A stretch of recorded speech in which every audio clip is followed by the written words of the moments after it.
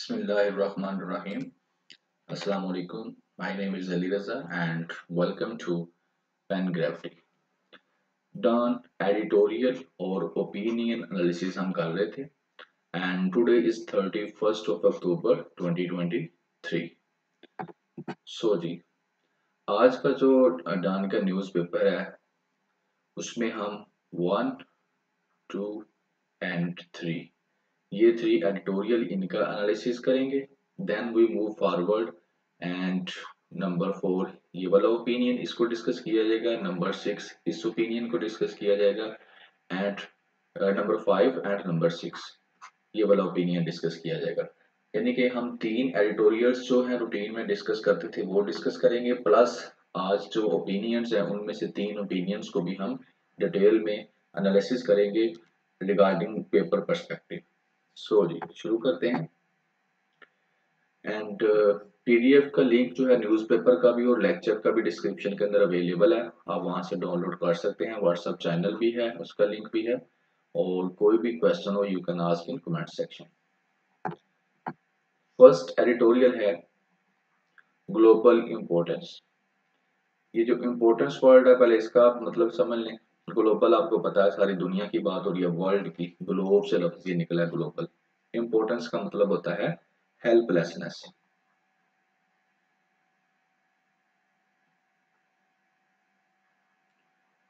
Helplessness मतलब inability to take effective action.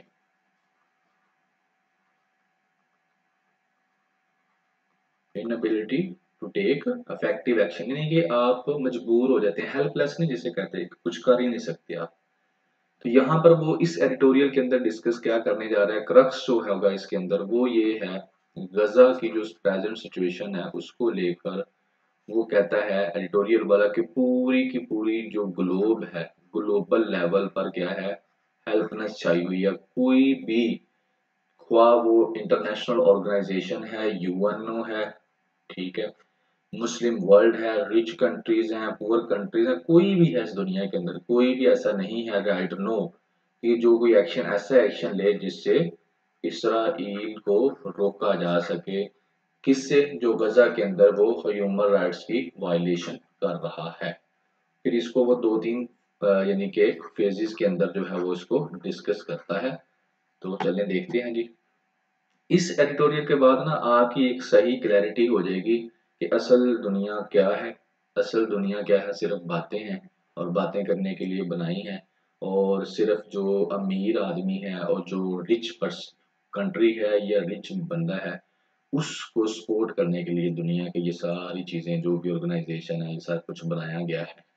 और गरीब को कंट्रोल करने के लिए, गरीब इंसान भी हो सकता है, गरीब अदारा भी हो सकता है, गरीब मुल्क भी हो सकता है, उसको कंट्रोल करने के लिए. तो आपको अभी क्लैरिटी आ जाती है.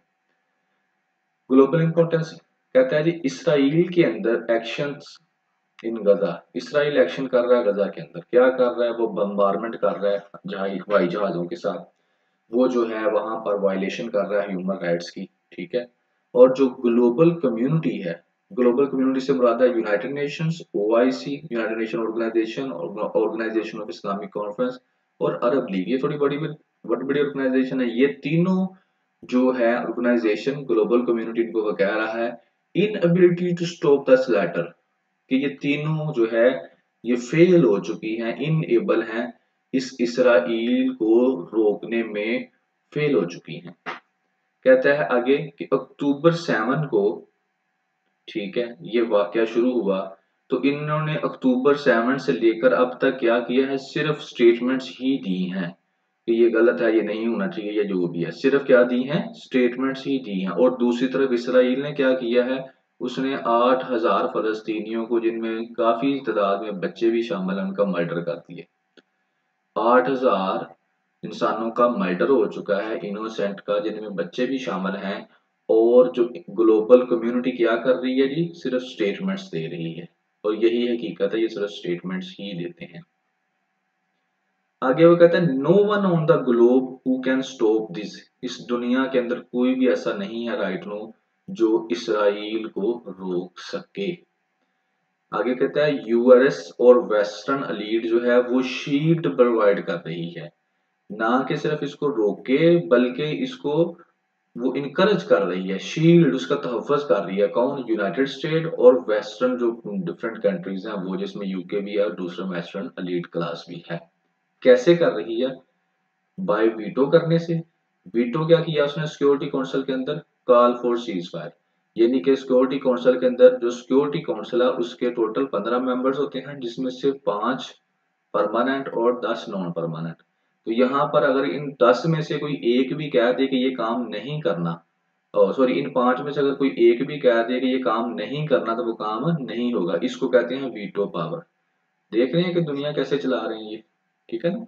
तो ये वीटो पावर जो है ये यूएसए के पास है। तो जब भी इस चीज की बात होती है कि वहां पर सीज फायर कर दिया जाए, इस लड़ाई को रोक दिया जाए, तो ये जो यूएसए है ये वीटो कर देता है कि नहीं जी, लड़ाई को नहीं रोकना, ठीक है, इसका कोई और ही सोल्यूशन निकालेंगे। नंबर आगे और क्या करते हैं? Voting against Jordanian resolution. फिर दूसरी है जनरल असम्बली। वहां पर क्या हुआ, जॉर्डन ने क्या किया, एक रेजोल्यूशन पेश किया कि जनाब, डिमांड किया कि खुदा का वास्ता है, सब इंसान हैं, इंसानियत को सामने रखें और इस तरह से उन गरीबों को ना मारें जिनके पास आगे आपको कुछ कहने के लिए भी कुछ नहीं है, तो एक मुआहदा करके इसको रोक दें। तो वहां पर इन्होंने वोट दिया, वहां पर यहाँ पर वीटो कर दिया और यहाँ पर क्या किया, इन वेस्टर्न कंट्रीज ने इसके खिलाफ वोट दे दिया। ठीक है जी। नेक्स्ट, ये तो होगी वेस्टर्न कंट्रीज की इंटरनेट ग्लोबल कम्युनिटी की बात उसने पहले की। अब आ जाते हैं इस्लामिक वर्ल्ड के अंदर, जिसके अंदर अरब भी है। अब इसकी बात करता है कि ये सारे कहाँ पर खड़े हैं, इनके बड़े आप लोग नारे मारते हैं ना। तो वो कहता है जी, ईरान, कतर और तुर्की, ये 3 ऐसे मुल्क हैं जिन्होंने डिमांड किया है कि यार ये एंड होना चाहिए, यानी कि ये थोड़ा सा बोले हैं। दूसरी तरफ जो आपकी OIC है, ऑर्गेनाइजेशन ऑफ इस्लामिक कॉन्फ्रेंस, आपने बनाई हुई है, अरब लीग है, ये दोनों तो बोलते भी नहीं है कुछ। ये तो आपको बोलते भी नजर नहीं आती, दोनों ऑर्गेनाइजेशन बिल्कुल ही चुप है। ठीक है। आगे वो कहता है कि for many Arab states Israel action is usual. और दूसरी तरफ एक और बात भी करता है कि जो अरब स्टेट्स है ना, जैसे सऊदी अरेबिया है और ये दूसरी जो मिडल ईस्ट की कंट्रीज हैं, उनके लिए ये एक आम का काम बात है, कोई नई बात नहीं है उनके लिए। कि क्या बात नहीं है कि इसराइल जो है वो फलस्तीनियों को मारता रहता है, तो वो it's not a big deal for them. कैसे? इसी तरह से जिस तरह उनके लिए जो है वो कश्मीर में उनका कोई इंटरेस्ट नहीं है ना, जिस तरह वो कश्मीर के अंदर इंडिया को इजी लेते हैं। कश्मीर देखें ना, कश्मीर के अंदर मुसलमानों के ह्यूमन राइट्स की वायलेशन हो रही है, बट इंडिया जो है उसके साथ सऊदी अरेबिया जो है उसके रिलेशंस जो हैं वो इम्प्रूव हो रहे हैं। तो फिर आपको यहाँ से एक चीज सामने आ जाती है कि यहाँ पर इस्लाम के नारे नूरे लगाने की बात अब बहुत पीछे रह चुकी है। ठीक है। जो पावर में है होते हैं उनका माइंडसेट ही और होता है, वो रिलीजन से थोड़े दूर ही होते हैं और पावर में आने भी उन्हीं को दिया जाता है, those are away from it. तो यहाँ से आपको समझ आ गई कि वो कहते हैं कि ये अरब वालों के लिए it's not a big deal, ये एक आम बिजनेस है फलस्तीन वालों के हिसाब से, जिस तरह से वो कश्मीर को भी डील करते हैं। इंडिया वायलेशन कर रहा है, इट्स ओके, कोई बात नहीं है। फिर आगे वो थोड़ा सा हिस्ट्री में जाता है, कहता है कि जिस तरह 1973 के अंदर अरब इसराइल वार हुई थी। कब? 1973 के अंदर कौन सी वार हुई? अरब इसराइल वार। उस वक्त क्योंकि अरब डायरेक्टली इन्वॉल्व था इसराइल के साथ जंग में, तो उसने क्या किया था, एक ऑयल वेपन यूज किया था उस वक्त। ऑयल वेपन में बेसिकली क्योंकि जो फलस्तीन अपना अरब कंट्रीज हैं वो ऑयल एक्सपोर्ट करते हैं, तो उन्होंने क्या किया, जो इसकी एक्सपोर्ट है वो इसराइल को बंद कर दी, प्लस इसकी जो प्राइसेस हैं उनको बहुत हाई कर दिया, जिसकी वजह से वो कंट्रीज जो वेस्टर्न कंट्रीज जो इसराइल को सपोर्ट करते थे, उनको काफी इस प्राइसेस के हाई होने की वजह से या सप्लाई बंद होने की वजह से क्या हुआ, नुकसान होना शुरू हो गया। तो ये बात कब की है? 1973 की, और आज है 2023। तो अब कहता है कि क्या आज के दौर में ये पॉसिबल है? कहता है कि नहीं, Arab rulers can not practise this right now. अब वो ये काम नहीं कर सकते। क्यों नहीं कर सकते? कि अब के जो अरब रूलर्स है ना, ये सपोर्टेड एदर इकोनॉमिकली और मिलिट्री बाय वेस्ट, कि अब इनकी जो गवर्नमेंट स्टैंड कर रही है, जैसे सऊदी अरब है, अगर वो उसकी खिलाफत चल रही है तो वो इसी वजह से चल रही है क्योंकि वेस्ट उसको सपोर्ट कर रहा है। अगर वेस्ट उसको सपोर्ट ना करे तो वेस्ट वहां पर भी डेमोक्रेसी के नारे लगवाने शुरू कर दे, तो इसलिए इनको इनके साथ बनाकर रखनी पड़ती है। एंड सेकेंडली जो है, जैसे उसने यहाँ पर मिलिट्री का वर्ड यूज किया, तो इन कंट्रीज की अपनी कोई इतनी फोर्स है नहीं। तो ये लोग ज्यादातर वेपन्स इंपोर्ट करते हैं अरब कंट्रीज वाले। और इसके अलावा भी जो है अरब के अंदर हमने देखा है, जैसे कि कतर के अंदर, अगर मैं कतर की बात करूं, कतर है या अगर मैं बोल नहीं रहा तो एक दूसरा कंट्री भी था, उसका मेरे जहन से नाम निकल गया, बड़ा रिच है, कतर के पास ही है वो भी, क्या कतर ही है। तो वहां पर बेस है, मेन बेस है किसकी, यूएसए की। मेन बेस इसलिए कह रहा हूँ कि वहां से तकरीबन 32 जो स्मॉल बेसिस हैं वो ऑपरेट हो रही हैं। और ये आई थिंक सो कतर ही है, ठीक है ना। बहरहाल तो इस तरह से ये जो मिडिल ईस्ट के अंदर इनकी बेसिस भी बनी हुई है। तो ये क्या है, इस वजह से ये जो अब के जो अरब रूलर्स है ना, ये नहीं चाह सकते, कुछ ऐसा काम कर नहीं सकते, ठीक है। और दूसरी तरफ वो कहता है कि वो कंट्रीज, वो मुस्लिम स्टेट्स जिनके जिनके सऊदी अरब के साथ अभी नए नए रिलेशंस बने हैं, नए रिलेशंस तल्लुकात पैदा किए हैं, वो भी अपने जो तल्लुकात हैं जिन्होंने एक्सेप्ट किया है, जैसे यूएई वगैरह, तो वो भी अपने तल्लुकात क्या है, सस्पेंड नहीं कर सकते, राइट नो। और वो वेट कर रहे हैं कि जो ये जंग है ये खत्म हो जाए। ये था जी अप्रोच किनकी, आपके अरब लोगों की, आपकी इस्लामिक वर्ल्ड की, जो लीडर्स हैं उनकी बात कर रहा हूँ, स्टेट्स की बात कर रहा हूँ।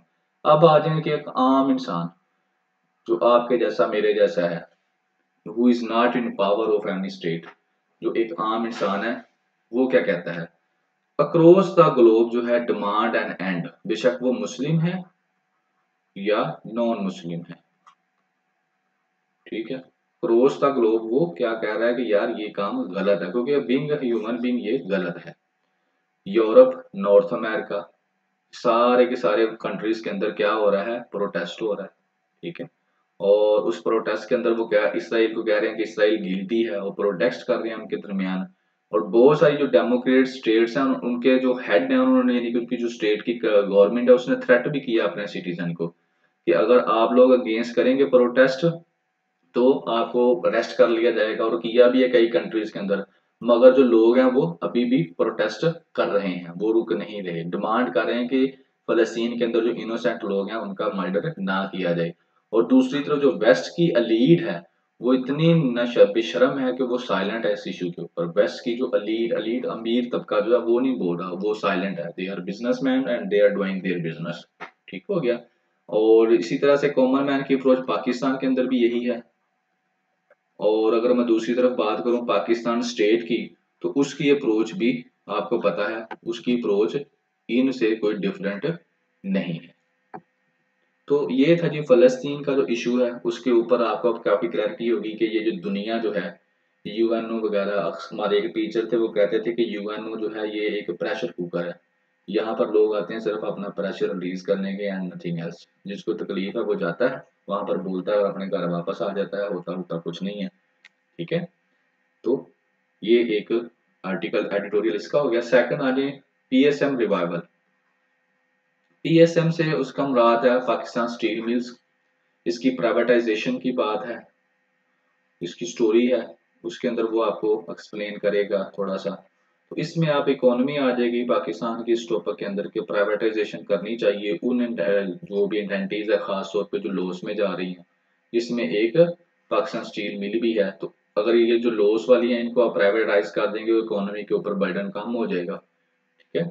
और पहले तो लॉस में जाने ही ना दें, लेकिन लॉस में जाती कब है, करप्शन की वजह से, माल एडमिनिस्ट्रेशन की वजह से, फिर पीएलओस में जाना शुरू हो जाती हैं। तो पीएसएम रिवाइवल के ऊपर अब हम बात करेंगे सेकेंड एडिटोरियल में। पाकिस्तान स्टील में रिवाइवल, रिवाइव करना, किसी चीज को दोबारा बेहतर करना, अच्छी हालत में लेकर आना, इसे कहते हैं revival. Pakistan steel mills story of privatisation discuss करेगा। कहता है कि अभी प्राइवेटाइजेशन इसकी स्टार्ट थी, तो इसको बेच रहे थे हम लोग, कोई खरीद ले, आम आदमी, आम प्राइवेट बंदा इसको ले ले और चला ले, अगर उसे चलती है, हमसे तो नहीं चल रही और कई सालों से नहीं चल रही, ठीक है। तो कहता है फिर अब क्या हुआ, प्राइवेट बंदों ने भी कहा जी हमसे भी नहीं चलनी, बेच लो जिसको बेचनी है। कहता है 3 आउट ऑफ 4 चाइनीज जो फिल्म्स हैं exit the race for the purchase. ये 4 चाइनीज फिल्म्स जो थी, कंपनियां थी, उन्होंने बिड दी थी कि हम इसको खरीदेंगे, लेकिन अब उनमें से 3 जो हैं उन्होंने अपना वापस कर लिया फैसला कि नहीं हमने खरीदनी नहीं है। क्यों नहीं खरीदनी वो वजह वजूहत एंड पे बताएगा, लेकिन फिलहाल उन्होंने वापस कर लिया कि हमने ये नहीं खरीदनी, हमारी समझ में नहीं आ रही, ठीक है। आगे कहता है no investor interested in inquiring, कोई भी इन्वेस्टर इंटरेस्ट नहीं ले रहा अब इसके अंदर की पाकिस्तान स्टील मिल को खरीदने के अंदर। अब फिर क्या हुआ है, अब जो केयर टेकर गवर्नमेंट है उसने क्या प्लान बनाया, उसने प्लान ये बनाया कि प्राइवेटाइजेशन का प्लान छोड़ दो, क्योंकि ले ही क्यों नहीं रहा तो प्राइवेटाइजेशन कैसे होगी। और उन्होंने डिसाइड किया कि इसको छोड़ दें और leave it to industries ministry, industry ministry को दे दें, तो वो खुद ही इसको रिवाइव कर लेगी। लेकिन कैसे इस स्क्रैप को वो रिवाइव करेंगी कोई गैस नहीं है, कोई नहीं जानता, लेकिन कह दिया कि उनको दे दें। ठीक है, ये प्रेजेंट गवर्नमेंट ने जब ये सूरत हाल देखी तो ये फैसला कर दिया। अब वो बताता है पीछे क्या हुआ था, कहता है 2015 से इसका प्रोडक्शन जो है बंद है। ठीक है, और आइडिया और रिवाइवल फाउंड टू बी अनफिजिबल, और उस वक्त भी ये बात हुई थी कि हम इसको खुद ही बेहतर कर लेते हैं, लेकिन उस वक्त भी यही था कि अनफिजिबल है, इतना इतनी खराब काम हो चुका कि हम उसको अगर सही करने जाएंगे तो हमारा बहुत ज्यादा पैसा लग जाएगा। और कहता था इसका जो लॉस है ना, उस वक्त 2015 की बात कर रहा है, ₹30 बिलियन था एक साल में जब इसको बंद कर दिया गया। ठीक है, और इसका जो टोटल लॉस हो चुका था वो 206 बिलियन हो चुका था। एक साल में 30 बिलियन लॉस हो रहा था और होता जा रहा था, होता जा रहा था। और उस वक्त जब इसको बंद कर दी गई इसकी प्रोडक्शन 2015 के अंदर, तो उस वक्त जो गवर्नमेंट को लॉस हो चुका था जो पैसे, वो 206 बिलियन था। ठीक है, इतना लॉस होने के बाद हमने इसको बंद कर दिया, और अब केयर टेकर गवर्नमेंट कह रही है जी नहीं, इसको खुद ही रिवाइव कर लें, अगर कोई नहीं खरीद रहा। कैसे करना है ये प्लान कोई नहीं वो दे रही। फिर वो कहता है कि ये फर्स्ट टाइम नहीं हुआ पाकिस्तान के अंदर के प्राइवेटाइजेशन जो प्लान है वो डिस्टर्ब हुआ, वो पाकिस्तान स्टील मिल का। ठीक है, बड़ी देर का हम इसको प्राइवेटाइज कर रहे हैं, बड़ी देर का कह रहे हैं हो जाए, पर नहीं हो पा रही, को खरीदे तो फिर है ना। हाँ, उसने कहा 2006 में एक रशियन इन्वेस्टर था, उसने कहा उसने कोई खरीदने की बात शायद की थी, लेकिन उस वक्त सुप्रीम कोर्ट बीच में आ गई और उस वक्त के जो फैसला था वो डिस्टर्ब हो गया और इसको नहीं बेचा गया, और ये उस वक्त की बड़ी हमने मिस्टेक की, अगर उसी वक्त इसको बेच देते तो पाकिस्तान के काफी पैसे बच जाने थे। अब आगे वो कहता है कि चाइनीज इन्वेस्टर जो अब ये जो 4 में से 3 साइड पर हो गए हैं कि हमने नहीं देनी, तो वो क्यों विदड्रॉ उन्होंने किया, इसकी क्या वजह है।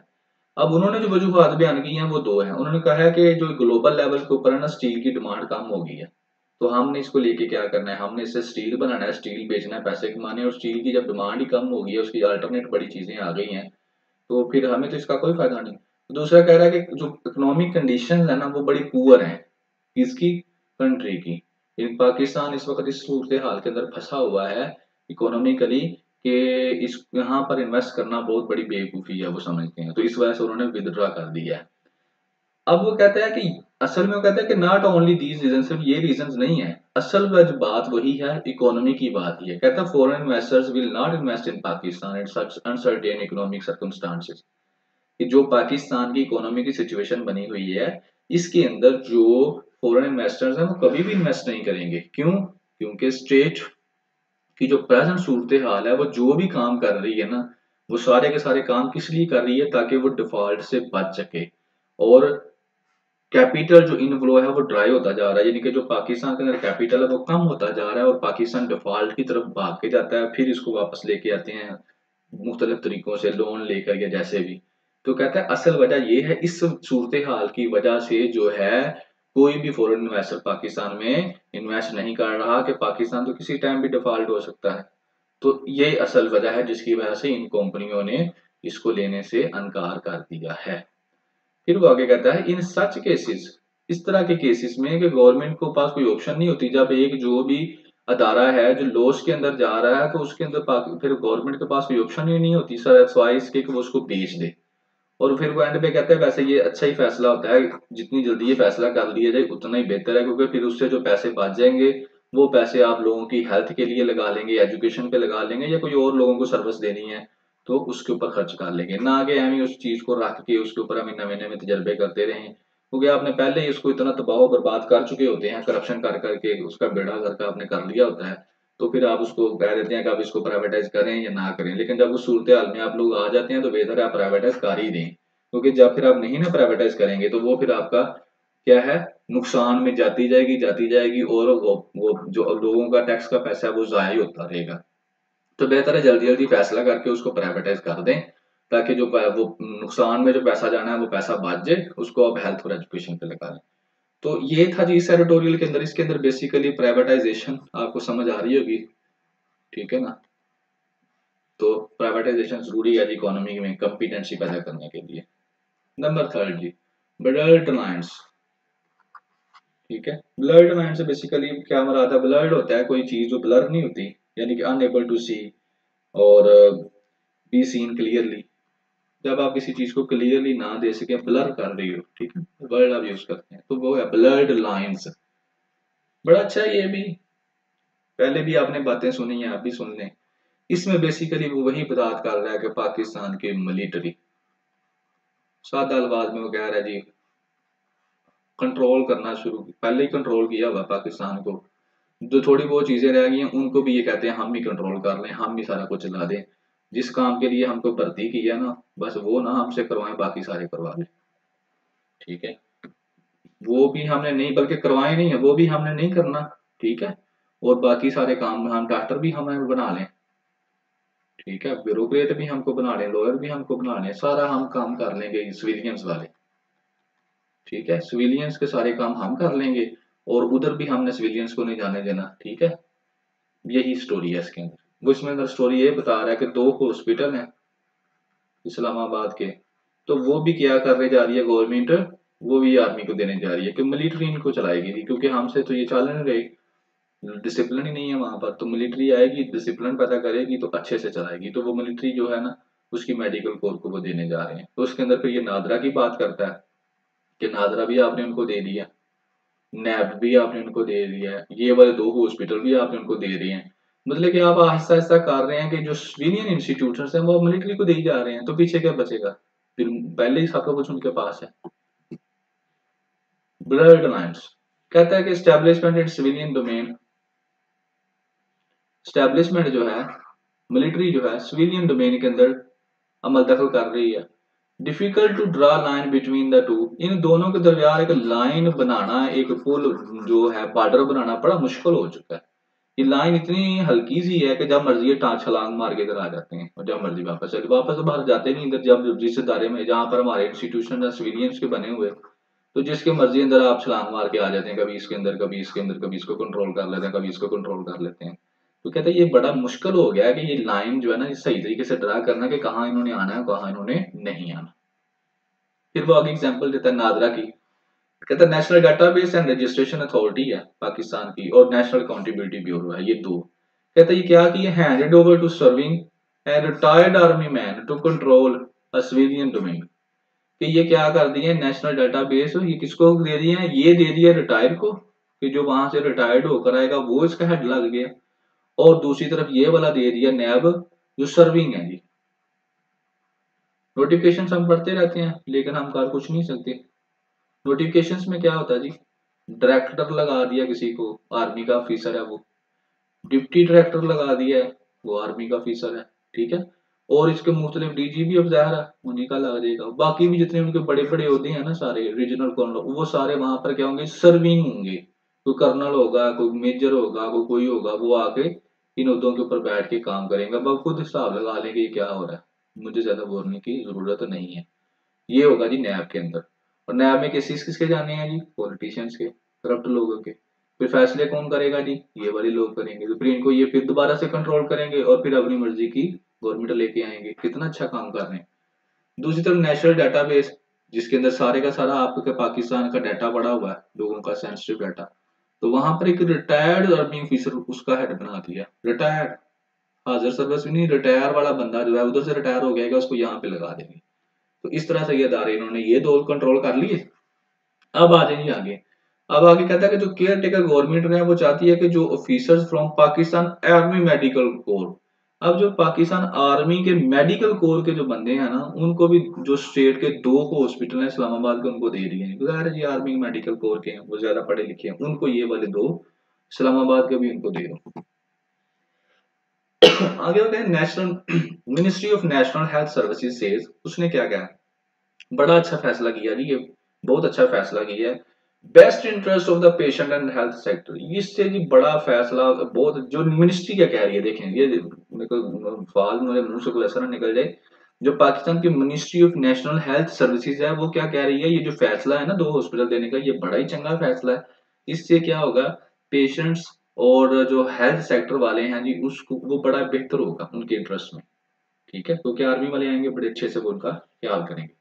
अब आगे वो कहता है प्रॉब्लम क्या है, दीज टू हॉस्पिटल्स की प्रॉब्लम क्या है, यहाँ पे जो डॉक्टर है, पैरामेडिक्स हैं और अदर स्टाफ है, वो क्या करता है, वो काम पे नहीं सही तरह आता, टर्न अप एट वर्क। ठीक है, तो इसलिए फिर हमने क्या करने हैं, सिर्फ एक आर्मी ऑफिसर जो है ना will be able to enforce discipline, one senior health minister officially told this publication. एक जो सीनियर हेल्थ मिनिस्ट्री का बंदा है ना, वो कह रहा है कि अस्पताल के अंदर डॉक्टर भी नहीं गैर हाजिर रहते हैं, पैरामेडिक्स भी रहते हैं और दूसरा स्टाफ भी काम नहीं सही तरह करता, तो इसलिए हम इसको आर्मी को दे रहे हैं। तो आर्मी एक डिसिप्लिन अदारा है, तो वहां से एक आर्मी ऑफिसर आएगा, वो एक डिसिप्लिन इन्फोर्स इनके ऊपर करेगा, तो फिर ये अस्पताल सही होंगे। ठीक है जी, है ना मजाक, जिसे मजाक कहते हैं अच्छे तरीके से पाकिस्तान में, यही मजाक हो रहा है। But these are public hospital, फिर एडिटोरियल में कह रहा है मगर ये तो पब्लिक हॉस्पिटल है, ये कोई मिलिट्री वाले हॉस्पिटल नहीं है कि यहाँ पर आप उनको लगा दें। ये जो मर्जी कहता रहे, इसकी किसने सुननी है, जो उन्होंने करना उन्होंने वही करना है। आगे एडिटोरियल में कहता है, why should military officers tell civilian directors how to do their job. कि जो मिलिट्री के ऑफिसर्स हैं वो सिविलियन डायरेक्टर को क्यों बताएं जी काम कैसे करना है, उनको नहीं पता काम कैसे करना है, जब बाकी अस्पतालों में काम नहीं हो रहा कि उनमें वहां पे वो आके बताएंगे। फिर वो आगे एग्जांपल देता है, civilians are capable of managing many institutions. Civilians जो है ना वो इस काबिल हैं कि बहुत सारे इदारों को मैनेज कर सकें और कर भी रहे हैं।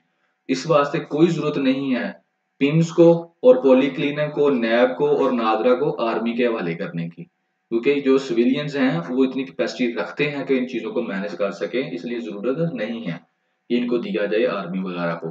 कहता है दो आर्मी फोर्स डिसिप्लिन, उसका डिसिप्लिन बहुत अच्छा है, काबिल तारीफ है, मगर इसका मतलब ये नहीं है कि जो सिविलियन इंस्टीट्यूशन है वो सारे के सारे उनको दे दिए जाए। सिविलियन की जो है should give space to produce qualities instead of giving them, यानी कि अगर उनका डिसिप्लिन अच्छा है तो इसका मतलब ये नहीं है कि आप लोग क्या करें कि सारे इंस्टीट्यूशन उनको देने शुरू कर दें, बल्कि आप इसको स्टैब्लिश करें, सिविलियंस को स्टैब्लिश करें, सिविलियंस के अंदर डिसिप्लिन पैदा करें। फिर वो कहता है हाइब्रिड मॉडल ऑफ गवर्नेंस है पाकिस्तान के अंदर। हाइब्रिड का मतलब होता है डबल, एक बंदे का नहीं है। मिलिट्री का बीच में टांग अड़ी रहती है, एक तरफ मिलिट्री दूसरी तरफ पार्लियामेंटेरियन, तो ये मिलकर ही सारे पाकिस्तान को बर्बाद कर रहे हैं। Study erosion of Pakistan civilian institution, कहता है ये आस्ता आस्ता से जो पाकिस्तान के सिविलियन इंस्टीट्यूशन है ना, इनकी इरोजन जो आप कर रहे हैं ना, ठीक है ना, तो इससे जो है ना कंट्री जो unable to progress socially and economically, Pakistan ना तो सोशली तरक्की कर सकेगा और ना ही इकोनॉमिकली तरक्की कर सकेगा।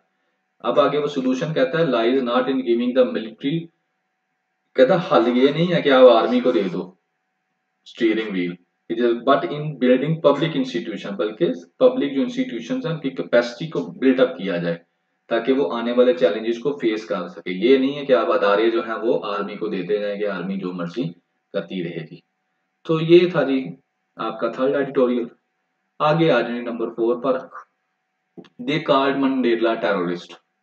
जुवेद नकवी साहब ने ये लिखा है जी, दे कॉल्ड मंडेला टेररिस्ट। इसमें जो एक स्टेटमेंट यहाँ पर आपको नजर आ रही होगी, इस स्टेटमेंट की वो बात करेगा, in the spiralling darkness of Gaza Nathan's words from 2020 shine a light on his military campaign. बात वो कह रहा है कि अब जो गजा के अंदर हो रहा है ना राइट नो, ठीक है, अब जो हो रहा है ये असल में 2020 के अंदर नेतन्याहू ने एक स्टेटमेंट दी थी, और उस स्टेटमेंट की वजह से आज गाजा के अंदर ये सब कुछ हो रहा है। ठीक है, 23 ईयर्स पहले इसने एक स्टेटमेंट दी थी, और वो स्टेटमेंट प्रैक्टिकली आज हमको गाजा के अंदर जो कुछ हो रहा है उसके ऊपर वो रोशनी डालती है। बड़ा अच्छा एडिटोरियल है, अपना ओपिनियन है। इसके अंदर उसने बड़ी जो वर्ल्ड के मुख्तलिफ लीडर्स हैं उनको आपस में कनेक्ट किया है, गांधी को, नेल्सन मंडेला को, और फिर ये जो स्टेटमेंट है कि अपना इसराइल के अंदर जो अच्छे लीडर्स थे उनको, उनका इन्होंने किस तरह मर्डर किया, जिस तरह गांधी का मर्डर कर दिया उसका भी मर्डर कर दिया, तो इसको बड़े अच्छे से उसने क्लिक किया है और लिंक किया है एक दूसरे के साथ। आपको थोड़ा सा ये खोल के वो बताने वाला है, थोड़ा चलें जी एक्सप्लेन करते हैं। कहता है कि शुरू वो करता है फिर वही स्टेटमेंट से कि 2020 के अंदर एक स्टेटमेंट दी थी, वो एंड पे सेंटर में जाकर वो इसके ऊपर बात करेगा, पहले वो स्टोरी बताएगा, यानी कि थोड़ी सी बात। कहता है कि अगर आप कमरे में बैठे हैं और अचानक लाइट चली जाए और आपने फिर लाइट कैंडल मोमबत्ती जलानी है तो आप कैसे जलाएंगे, तो कहता है बेसिकली फिर आप ऐसे ही जलाएंगे कि आपको अंधेरे के अंदर भी रास्ता याद होता है, क्योंकि आप उस रास्ते से गुजर चुके होते हैं, आपकी मेमोरी के अंदर वो रास्ता सेव होता है। तो फिर आपको पता है पलंग से मैंने उतर के किस तरफ जाना है और कहाँ पे मैंने कैंडल रखी हुई है और वहां से मैचेस कहाँ पर है और मैंने उसको किस तरह से जलाना है। तो रोशनी नहीं है, अंधेरा है, लेकिन फिर भी आप कैंडल जला लेते हैं अपनी मेमोरी की बेस के ऊपर। इसी तरह कहता है कि जो गजा के स्ट्रिप की जो स्टोरी है, ठीक है ना, और इसराइल के जो एक्शंस हैं, वो भी मेमोरी बताती है कि 20 साल पहले क्या चीजें हो रही थी, और उस मेमोरी को इस्तेमाल करते हुए जिस तरह हम कमरे में रोशनी कर लेते हैं ना, हम आज के अंधेरे को जो गजा के अंदर छाया हुआ है वहां पे भी रोशनी कर सकते हैं। ये उसने उसकी मेन स्टोरी शुरू की। फिर वो कहता है कि ये सिर्फ गजा स्ट्रिप के अंदर स्टोरी नहीं है इसराइल के एक्शंस। फिर वो कहता है कि इसी तरह का एक्सपीरियंस जम्मू कश्मीर के अंदर भी हो रहा है और मणिपुर के अंदर भी हुआ, इंडिया के अंदर भी इसी तरह से। और वहां पर भी यही हम लोग समझ सकते हैं कि क्यों हो रहा है प्रीवियसली चीजों को लेकर। फिर आगे यहाँ पर वो मेन कॉन्टेक्स्ट शुरू करता है जिसके ऊपर वो लीडर्स की बात करता है। वो कहता है कि इस हफ्ते 28 साल हो गए हैं yitzhak rabin का मर्डर किए हुए। कितने साल हो गए हैं? 28 साल।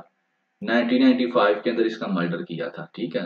और ये कौन था? ये इसराइल का प्राइम मिनिस्टर था, जिसको एक ज्यूइश गनमैन ने क्या किया था, उसके बाद ज्यूइश एक यहूदी था, ठीक है ना, उसने इसको 1995 के अंदर इसका मर्डर कर दिया गया था at a peace rally in Tel Aviv. एक पीस रैली थी उसके अंदर। समझ आ गई? अब स्टोरी शुरू हो गई है जी। 1995 में एक प्राइम मिनिस्टर का, जो कि इसराइल का प्राइम मिनिस्टर था, ठीक है ना, उसको 28 साल पहले, जिसका नाम yitzhak rabin था, उसका मर्डर कर दिया जाता है एक ज्यूविश बंदे ने, ठीक है। द किलर एक स्टूडेंट था लॉ का, और वो राइट विंग इसराइल जो था ना उससे बिलोंग करता था, जो कि अभी करंटली उस कंट्री के अंदर हुकूमत में है। अभी ये नेतन्याहू वाले जो हैं उनसे उसका तल्लक था। और ओस्लो अकॉर्ड पीस जो था, जो इसराइल और फलस्तीन के दरमियान हुआ था, उसके मुखालफ था। यहाँ पर एक वर्ड आ गया ओस्लो कार्ड। अब आपने याद रखना है, एक ओस्लो कार्ड और दूसरा इस बंदे का तल्लक, ये वाला जिसका मर्डर किया, जो कि प्राइम मिनिस्टर था। स्टोरी अब शुरू हो चुकी है।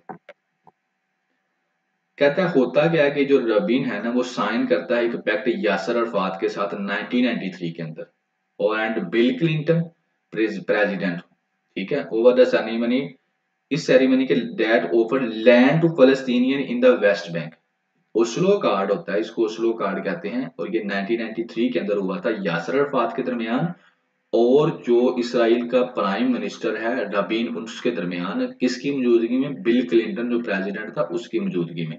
और उसमें यह फैसला किया गया, ये ऑफर दी गई कि जो फलस्तीनियन की जो लैंड है ना वेस्ट बैंक के अंदर, ठीक है ना, अभी तो गजा के अंदर चाह रहे हैं ना, इस तरह से है ना, ये अगर इसराइल को देखें तो यहाँ पर वेस्ट बैंक है और यहाँ पर एक गजा की स्ट्रिप है। तो वेस्ट बैंक के अंदर जो लैंड है जहाँ पे इलीगल सेटलमेंट्स हैं, वो कहाँ दी जाए? फलस्तीनियन को दे दी जाए, ठीक है। आगे क्या होता है? कहते हैं and though it was the greatest remedy to vacate Israel occupation, यानी कि इसराइल का ऑक्यूपेशन फ्रॉम फलस्तीनियन होमलैंड, और ये एक बड़ा अच्छा स्टेप था ओस्लो कार्ड की शक्ल के अंदर। अब होता क्या है, 1993 में ये इनका आपस में मुआहदा होता है, और 1994 में इन दोनों को Nobel prize, peace Nobel prize दे दिया जाता है। और उस वक्त का जो फॉरेन मिनिस्टर था शिमोन पेरेर, उसको भी साथ में उसकी एफर्ट्स की वजह से to create peace in the Middle East, इनको क्या दिया जाता है? नोबेल पीस प्राइज दे दिया जाता है।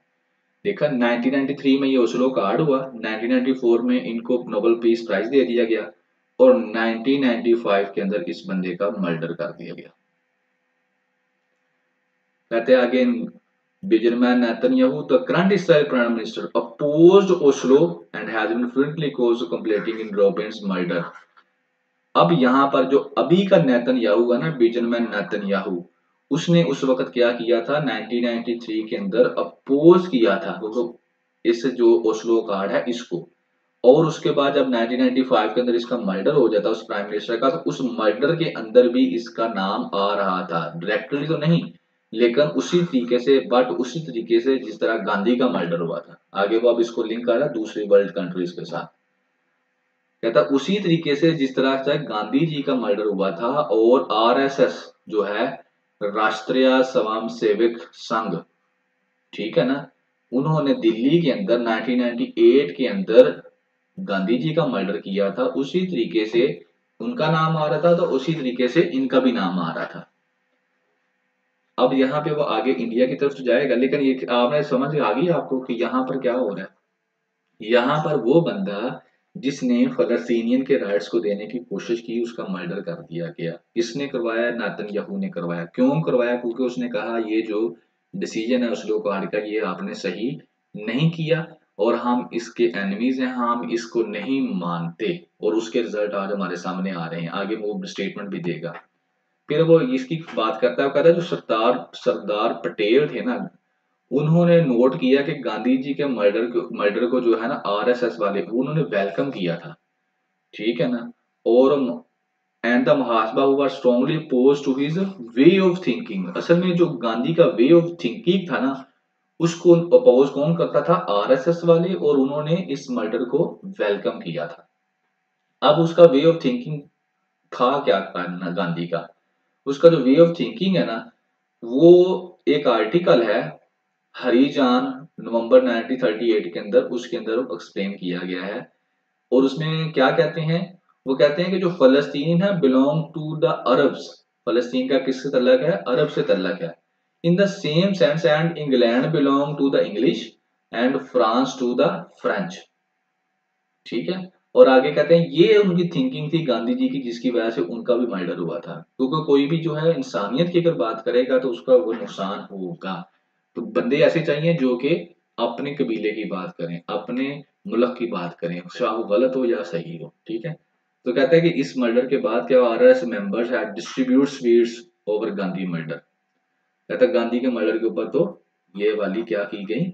स्वीट्स जो है वो दी गई। कहता है जो रैबिन था जो अभी पीछे मर्डर जिस बेचारे का हुआ उसकी डेथ का क्या बना? कहता है उसका जो मर्डर था वो पॉलिटिकल असैसिनेशन था with the cooperation of Benjamin Netanyahu. जो नेतन्याहू है उसने ये क्लेम जो है ये डिनाई कर दिया कि नहीं मैंने उसका मर्डर नहीं करवाया था, मगर जो रिपोर्ट रिकॉल कर रही थी ना कि उनका कत्ल होने से एक हफ्ता पहले क्या हुआ था। एक हफ्ता ये पहले हुआ था कि नेतन्याहू उस वक्त अपोजिशन का हेड था और उसके साथ जो दूसरे सीनियर लोकेट मेंबर, लोकेट इनकी जो पार्लियामेंट है उसको कहते हैं, ठीक है, जैसे हमारे नेशनल असेंबली है उसको क्या कहते हैं? हमारी पार्लियामेंट को, मेरे जहन से लफ्ज निकल गया। तो इसी तरह से इनकी जो थी इसको लोकेट कहते हैं। तो इस नेतन्याहू अपोजिशन मेंबर था ये, और इसके लोकेट जो थे एक हफ्ता पहले उन्होंने अटेंड की थी एक right wing political rally Jerusalem के अंदर। वहां पर क्या हुआ? प्रोटेस्टेड जो है वो राबिन के खिलाफ एक प्रोटेस्ट करवाया गया जिसके अंदर उसको गद्दार कहा गया, मर्डरर कहा गया और नाजी कहा गया। किस वजह से? कि ये जो उसने साइन किया था पीस एग्रीमेंट विद द फलस्तीनियन उस एक साल पहले जो किया था। तो ये सब कब हो रहा था? सिर्फ एक हफ्ता पहले, 1 वीक, एक हफ्ता पहले ये सारा काम हुआ था। उस वक्त बेंजामिन नेतन्याहू क्या था? प्राइम मिनिस्टर था इसराइल का। अब क्या होता है? उसके बाद उसका मर्डर हो गया। अब 2020 में आ जाते हैं। कहता उस वक्त इसने स्टेटमेंट दी थी, किसने? डार्कनेस ऑफ गजा के ऊपर, नेतन्याहू वर्ड्स फ्रॉम। अब वो आता है जो उसने कहा था कि जो नेतन्याहू अब जो ओपिनियन वाला है ना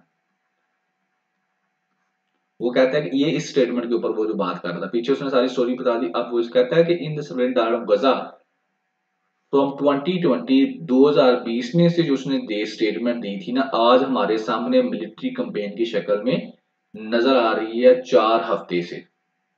अब वो स्टेटमेंट थी क्या? वो स्टेटमेंट ये वाली थी। वो स्टेटमेंट ये थी कि ये मेरा राइट है कि मैं एक्सप्रेस करूं डिफरेंट पोजीशन अपने आप को जो मेरे जहन में है, बेशक वो दूसरों से मुख्तलिफ है लेकिन मैं उसको एक्सप्लेन करूं। कहता है कि सिर्फ मेरा राइट नहीं है मगर मेरी ड्यूटी भी है। और he said at that time, उस वक्त उसने क्या किया? मैं अपोज करता हूं the call for traitor directed toward Rabin, ठीक है ना। कहता है ट्रेटर गद्दार जो है उसकी जो कॉल है उसकी मैं मुखालफत करता हूं। किसको कह रहा है? राबिन को। But I thought he was wrong, मैं समझता हूं कि वो गलत है और उसने गलती की है। In the direction he took it was an error to make peace with the enemy. अब ये ओस्लो कार्ड की यहाँ पे बात कर रहा था। कि जो रॉबिन था वो एक गद्दार था, और मेरा ये व्यू है कि उसने ओस्लो अकॉर्ड में जो किया था उसने गलत किया था, उसको नहीं करना चाहिए था, क्योंकि जो होते हैं आपके एनिमीज उनके साथ हम पीस नहीं बना सकते, ठीक है। और इस वजह से उसका मर्डर हुआ था, और इस वजह से सब क्या, फिर अब आगे कहता है अगर दुश्मनों के साथ पीस करना, had making piece with the enemy mean such a revolting idea, अगर ये इतना ही गलत है तो फिर आयरलैंड की वो आगे मिसाल देता है कि आयरलैंड के अंदर जो है वायलेंस हुआ, और उसमें आयरिश पब्लिक आर्मी जो थी उसको टेररिस्ट ग्रुप भी कहा गया बाय दोज, उन लोगों ने जिन्होंने अब उसको एम्ब्रेस कर लिया। जब आयरलैंड के अंदर वायलेंस हुआ तो उस वक्त जो आयरिश की पब्लिक आर्मी थी उसको क्या कहा गया कि ये एक टेररिस्ट ग्रुप है, मगर अब वही आर्मी जो है उनकी, उन्होंने उसी स्टेट में उसको ऑन किया हुआ है, और वही स्टेट जो है वो क्या कर रही है, उसके साथ चल रही है।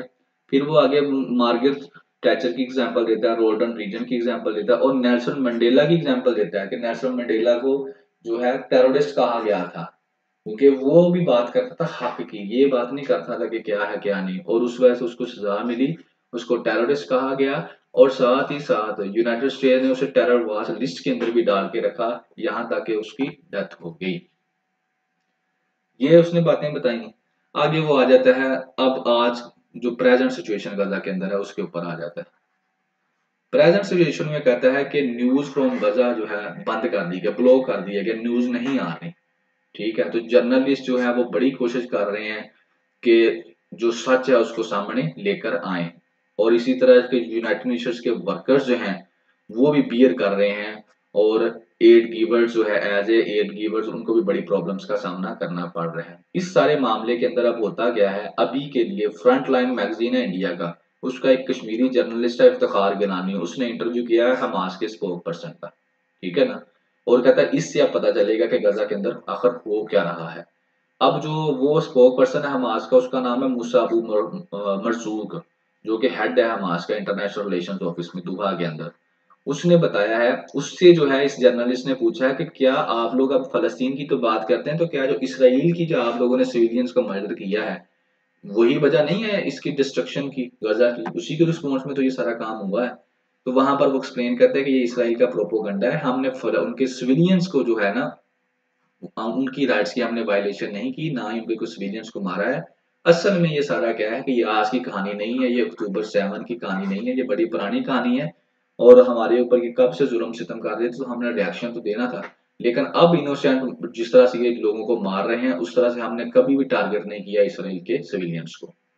तो ये था जी, they called Mandela a terrorist, कि किस तरह से एक मंडेला बंदा जो एक अच्छा इंसान था उसको टेररिस्ट कहा गया क्योंकि वो हक की बात कर रहा था। इस तरह राबिन जो इसराइल का अपना प्राइम मिनिस्टर था इसराइल के लोगों का, उसका मर्डर कर दिया गया, क्यों? क्योंकि उसने ओस्लो कार्ड किया था। वो भी कहता था इंसानियत की बात करता था, तो जो भी इस दुनिया में इंसानियत की बात करता है वो थोड़ा ही जीता है। आगे आ जाए जी, द अदर वार। इसके अंदर जो है अदर वार के अंदर ये एक जर्नलिस्ट है जी, क्या नाम है इसका, आरफा नूरा जी, जर्नलिस्ट। तो यहाँ पर भी देखे ना, अब इसका मैंने एडिटोरियल पढ़ा, तो इसका मैंने ओपिनियन पढ़ा, और उस सेकंड वाले का तो, लेकिन जो क्वालिटी वाइज वो अच्छा था, उसको चाहिए था कि उसको पहले नंबर पर लाया जाता, लेकिन इसका पहले नंबर पे है। I don't know what is the reasons behind of this. ज़ाहिर है जी, वर्ल्ड है, बिजनेस है, बहुत कुछ है। द अदर वार के अंदर बेसिकली वो ये बात कर रही है कि पहले भी इस तरह की कई लड़ाइयाँ होती रही हैं इसराइल के अंदर, फलस्तीन के अंदर, कश्मीर के अंदर और मुख्तलिफ दुनिया के हिस्सों के अंदर, मगर जिस तरह से अब सोशल मीडिया के ऊपर जो है ना ये सारे का सारा बताया जा रहा है ना, इससे पहले कभी नहीं बताया गया। तो इसका जो क्रक्स है ना वो सोशल मीडिया के ऊपर ये लेकर जा रही है इस जंग। अदर बार कहती है कि ये काफी मुश्किल है रिमेम्बर करना कि पिछली दफा जो कन्फ्लिक्ट हुआ था वो कितनी डिटेल में सोशल मीडिया के ऊपर बताया गया था। पिछली दफा जो लड़ाई हुई थी उसकी एग्जांपल देती है, कहती है यमन जैसे कि एक एग्जांपल है, वो गुजर भी गया है, किसी को पता भी नहीं है, और वहां पर सिर्फ कुछ हेडलाइंस आई थी। हालांकि लास्ट टाइम हमें पता लगा कि 55,000 के करीब बच्चे भूख से मार गए थे यमन में, लेकिन किसी ने बात ही नहीं की। आप खुद देख लेना ये कितने हैं। मैं ये नहीं कह रहा कि इनके से जल भी गलत हो रहा है, लेकिन इंसानियत ये है कि दुनिया में कहीं भी गलत होता आप बोलें।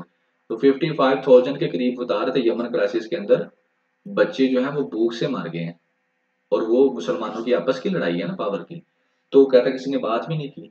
और वही बात ये कर रही है कि ये एक एग्जाम्पल है कि वो आया गुजर गया, थोड़ी सी हेडलाइंस बनाई, कोई बात ही नहीं हुई। फलस्तीन कहती है रेजोनेट कर रहा है दुनिया के अंदर, पाकिस्तान के अंदर भी। कैसे विजुअल्स हमारे सामने आ रहे हैं, बिल्डिंगें तबाह हो रही हैं, जो रेस्क्यू कर रहे हैं पीपल लोगों को, वो रबल्स के नीचे से, पत्थरों के नीचे से बच्चों को, इंसानों को निकाल रहे हैं। ठीक है, उनको बाहर निकाल रहे हैं जो सांस ले रहे हैं अपना रबल्स के नीचे से, यानी कि पत्थरों के नीचे से, या जो भी मलबा है उसके नीचे से निकाल रहे हैं। आदमी, औरतें और बच्चे वो कर रहे हैं, रो रहे हैं, ठीक है ना, अपने लव्ड वंस के लिए। ठीक है, और वो टाइमलाइन के मुताबिक बताया जा रहा है कितने मरे हैं कितने नहीं मरे। कहती है the movement a journalist learn, इसी तरह से वो आगे बता रही है कि जर्नलिस्ट है, उसका एक मूवमेंट है, उसको पता चलता है कि किस तरह उसकी फैमिली जो है वो मार दी गई है एक बम के अंदर, तो वो भी कैप्चर किया गया। फिर डॉक्टर है, वो प्रेस कॉन्फ्रेंस कर रहे हैं, बॉडीज के दरमियान डेथ पड़ी हुई है, बॉडीज की मरे बंदे पड़े हैं, उनके दरमियान खड़े होकर डॉक्टर्स प्रेस कॉन्फ्रेंस कर रहे हैं। इसी तरह से बच्चे रो रहे हैं, in a fear of being shared a platform on platform. तो वो सारा क्या है, एक प्लेटफॉर्म से दूसरे प्लेटफॉर्म के ऊपर शेयर किया जा रहा है सोशल मीडिया के ऊपर। लेकिन यमन के केस में तो ऐसा कुछ भी नहीं हुआ। ठीक है ना। तो फिर ये क्या कहती है आगे, आगे कहती है कि रिसेंट वीक्स, पिछले कुछ हफ्तों के अंदर लोग बोल रहे हैं कि पोलराइजेशन हो रही है on social media, as well as the incorrect information being spread by all sides. कि पोलराइजेशन होती है दो, डबल, ठीक है ना, कि पोलराइजेशन हो जाना, ज्यादा मल्टीपल व्यूज हो जाना, मल्टीपल चीजें हो जाना, कि सोशल मीडिया के ऊपर पोलराइजेशन का अमल भी बड़ा कंटिन्यू है, कि फेक इन्फॉर्मेशन बड़ी दी जा रही है। सिर्फ फलस्तीन की बात नहीं कर रहा, बल्कि इसराइली वालों की तरफ से। फलस्तीन में तो वो ऑनलाइन दिखा रहे हैं ना सारा कुछ सोशल मीडिया वाले, लेकिन इसराइल वाले क्या कर रहे हैं, खुद से बना बना कर चीजों को दिखा रहे हैं, नहीं भी है तो दिखा रहे हैं कि हाँ ये देखेंगे हमारे सिविलियंस को मार दिया गया, फेक इन्फॉर्मेशन बड़ी आ रही है। इसकी वो एग्जाम्पल देती है फिर आगे, कहती है कि CNN और अल जजीरा, एक वक्त था जब ये एक बड़ा इम्पैक्ट करते थे वर्ल्ड को in terms of politics and reporting के हिसाब से। कहता CNN जो हो गया वो जब शुरू हुआ था उस वक्त, और इसी तरह से अल जजीरा, तो ये क्या करते थे, लोगों को इंटरव्यूज लेते थे, और उससे क्या होता था, पॉलिटिक्स के अंदर चेंजिंग आना, और बड़ी चीजों को ये डिस्कस करते थे डीपली। लेकिन अल जजीरा थोड़ा सा आगे चला गया, अल जजीरा ने क्या किया, वर्ल्ड का क्लोजर व्यू लेना शुरू कर दिया। अब वो क्लोजर व्यू अब सोशल मीडिया ले रहा है। वो जो पहले अल जजीरा काम करता था, जिसकी वजह से अल जजीरा की बर्थ बनी थी, तो वो ग्राउंड जीरो पे जाके जो है चीज इन्फॉर्मेशन देता था, अब वहां पर कौन पहुंच गया, सोशल मीडिया। और सोशल मीडिया भी यही काम कर रहा है, ठीक है ना। और अब ये पता चल रहा है कि किस तरह से information flow from the west to the rest of the world, कि पहले किस तरह से ये जो इंफॉर्मेशन थी ये पहले वेस्ट के पास जाती थी और फिर रेस्ट ऑफ द वर्ल्ड के पास आती थी, लेकिन अब सोशल मीडिया ने ये चीज चेंज कर दी है, अब डायरेक्ट ही दुनिया के पास ये चीज आ जाएगी। अब एक और काम सोशल मीडिया को भी कंट्रोल करने के लिए किया जा रहा है, वो टर्म यूज करती है शैडो बैनिंग। शैडो बैनिंग एक वर्ड है जो कि कह रही है फ्रीक्वेंटली यूज किया जा रहा है। शैडो बैनिंग बेसिकली होती है ब्लॉक कर देने के यूजर को फ्रॉम सोशल मीडिया साइट और online firm without their knowledge, उसको पता भी नहीं होता और उसको ब्लॉक कर दिया जाता है। कैसे कि उसकी जो पोस्ट होती हैं, उसके जो कमेंट्स होते हैं वो विजिबल नहीं होते, आते हैं फिल्टर कर दिए जाते हैं, उसको पता भी नहीं होता, लेकिन वो विजिबल नहीं हो रहे होते दूसरों को। कहते हैं कि जितनी मर्जी एफर्ट्स कर लें कंट्रोल करने की, spread of information will succeed in hard to tell, ठीक है ना।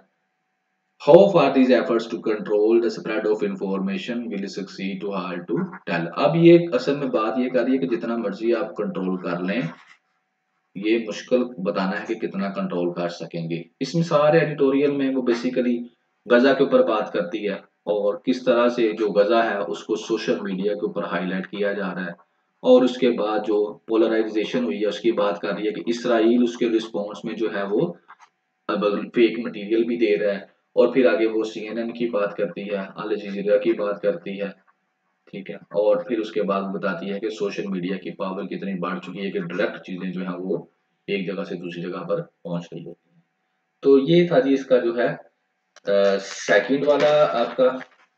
अब आ जाते हैं जी आगे, हमारा है third one, all hello the king. All hello the king में अब ये है कि मैंने जनाब अली स्लाइड्स नहीं बनाई due to shortage of time, तो आई जस्ट स्टार्ट रिकॉर्डिंग, तो उसको रीड आउट किया था, तो इसके मैंने पॉइंट्स निकाले। ऑल हेल द किंग, इसमें मैं आपको सीधी सी बात बता देता हूँ, आपका बड़ा आइडिया क्लियर हो जाएगा। पाकिस्तान के बारे में है सारे का सारा, और पाकिस्तान के बारे में है। और फिर किंग यहाँ पर वो कह रहा है किसको, आपके जो प्राइम मिनिस्टर साहब हैं या पावर में जो लोग बैठे हैं।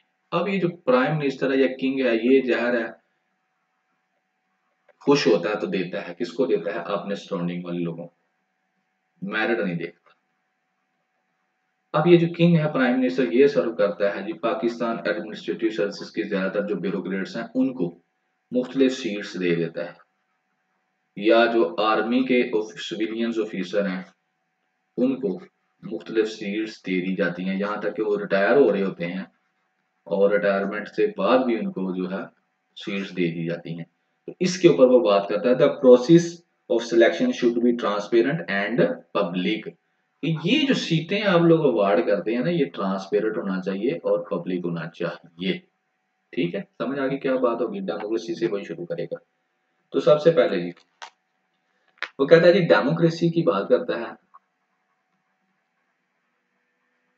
डेमोक्रेसी एक ऐसे मुल्क में जहां पर सेल्फ अकाउंटेबिलिटी नहीं हो, ठीक है ना, तो वहां पर ये क्या हो जाती है, कर्ज है। मतलब कि जहां पर सेल्फ अकाउंटेबिलिटी नहीं है वहां पर ये कर्ज है, कि जुल्म है, ये इसका कोई फायदा ही नहीं है। तो फिर वो आगे कहता है जो पॉलिटिकल लीडर्स है ना पाकिस्तान के अंदर, वो क्या है जी, किंग है। पॉलिटिकल लीडर्स क्या है, किंग्स हैं। कैसे, फ्रॉम द डार्क एजेस, जिस तरह से डार्क एजेस में होते थे। इसकी एग्जाम्पल को फिर आगे देता है। एग्जाम्पल बड़ी प्यारी देता है, बड़ी प्रैक्टिकल देता है, क्योंकि ये खुद भी सिविल सर्वेंट था, रिटायर्ड रिटायर नहीं है, इसने रिजाइन दिया। अच्छा, एग्जाम्पल कहता है एक गवर्नमेंट सर्वेंट है, ब्यूरोक्रेट है, उसके ऊपर चार्जेस आ जाते हैं किसी वजह से करप्शन के। तो सिविल सर्वेंट दो तरह के हैं, एक जो सीएसएस के पेपर दे के आ जाते हैं सीधी को सीधे बेचारे सिविलियंस, आप पे जैसे मेरे जैसे। दूसरे आते हैं जो आर्मी के मेजर जनरल वगैरह होते हैं, वो आते हैं सीएसएस का इंटरव्यू देकर, पेपर नहीं देते वो। ठीक है, आर्मी का मेजर रिटायर होगा, आर्मी का जनरल रिटायर होगा, मेजर रिटायर होगा, कैप्टन रिटायर होगा। इसका नेवी का भी का कोटा होता है 10%। जो मेन तीन डिपार्टमेंट्स है पाकिस्तान एडमिनिस्ट्रेटिव सर्विसेज के अंदर, पुलिस सर्विस हो पाके बीएसपी, और फॉरेन सर्विसेज, इन तीनों के अंदर ही आते हैं। ठीक है, तो ये भी रहा, डीसी लगते हैं, डीपीओ लगता है। तो ये जब इनके ऊपर भी करप्शन, कहते हैं अगर ये वाला बंदा जो आम पेपर दे के है ना सिविलियन, ये करप्शन करता है तो इसको मिलती है पनिश, सजा, अगर इसका अच्छा लिंक नहीं है। दूसरी तरफ अगर आर्मी वाला जो बंदा है ना, वो डीपीओ लगा, वो करप्शन करता है, तो उसको सजा नहीं दी जाती, क्योंकि उसका बैकग्राउंड कहाँ से है जी, आर्मी से है। तो उसको ज्यादातर क्लीन चिट मिल जाती है in majority of the cases, क्योंकि वो स्ट्रॉन्ग प्लेटफॉर्म से तलक रखता है। तो ये एग्जाम्पल वो देता है कि किस तरह से पाकिस्तान में ब्यूरोक्रेसी जो है वो चल रही है। आगे आ जाइए, आगे कहता है कि किंग जो होते हैं ना, जिस तरह के किंग है, ये बड़े खुश होते हैं। जब ये खुश होते हैं तो ये गिफ्ट्स देते हैं, इज्जत देते हैं। और इसी तरह का केस हमारे प्राइम मिनिस्टर के पास भी हुआ है, शहबाज शरीफ साहब के साथ ही हुआ था, आपने सुना होगा। उन्होंने क्या किया, उन्होंने एक प्रिंसिपल सेक्रेटरी जो है वो लगाया, वो बंदा क्या लगाया, प्रिंसिपल सेक्रेटरी, जो रिटायर होने वाला था बिल्कुल, और अभी वो रिटायर हुआ है। तो क्या किया, उसको एक्सटेंशन दे दी उसकी सर्विस में अपॉन रिटायरमेंट, और उसको इसको क्या कर दिया, प्रिंसिपल सेक्रेटरी लगाया था पहले। उसके बाद उसको लगा दिया, जब वो रिटायर हुआ तो पाकिस्तान एग्जीक्यूटिव डायरेक्टर लगा दिया वर्ल्ड बैंक का, for the term of 4 years. World bank का पाकिस्तान की तरफ से जो नॉमिनेट बंदा था, जो वर्ल्ड बैंक में जाकर जो रिप्रेजेंटेटिव था, उसको 4 साल के लिए वर्ल्ड बैंक में लगा दिया पाकिस्तान की तरफ से। ठीक है, एग्जीक्यूटिव डायरेक्टर। अब वो यहाँ पे कहता है कि ये वैसे तो होती है 3 साल की, उन्होंने लगा दिया इसको 4 साल के लिए। क्यों, इसलिए क्योंकि इस 4 साल के अंदर अंदर इलेक्शन भी आना था, तो उन्होंने कहा चलो हमारे इलेक्शन भी निकलवा देगा। तो फिर वो कहता है, कौन कहता है कि पाकिस्तान में रिटायरमेंट की उम्र 60 साल है। यहाँ पे पाकिस्तान में रिटायरमेंट की उम्र 60 साल नहीं है। असल में अगर आपके राइट कनेक्शंस हैं तो आप ता जिंदगी सर्व करते रहेंगे। और ये मिसालें वो बयान करता है यहाँ फिर वो आगे कहता है एक और रिपोर्ट आई है, उस रिपोर्ट के अंदर जो है एक और अपॉइंटमेंट को हाईलाइट किया गया है, ठीक है ना। और वो अपॉइंटमेंट जिस दिन पाकिस्तान की नेशनल असेंबली ने डिसोल्व होना था उससे सिर्फ एक दिन पहले की गई है, सिर्फ एक दिन पहले, और अगले दिन नेशनल असेंबली डिसोल्व हो गई। अब वो अपॉइंटमेंट किसकी थी? वो थी जी पाकिस्तान के deputy permanent delegate to UNESCO in Paris. UNESCO Paris के अंदर ये एक एजेंसी है यूएनओ की, तो वहां पर जो पाकिस्तान का डिप्टी डायरेक्टोरेट लगना था उस बंदे को 3 साल के लिए लगा दिया गया, इस एक दिन पहले से, ठीक है ना।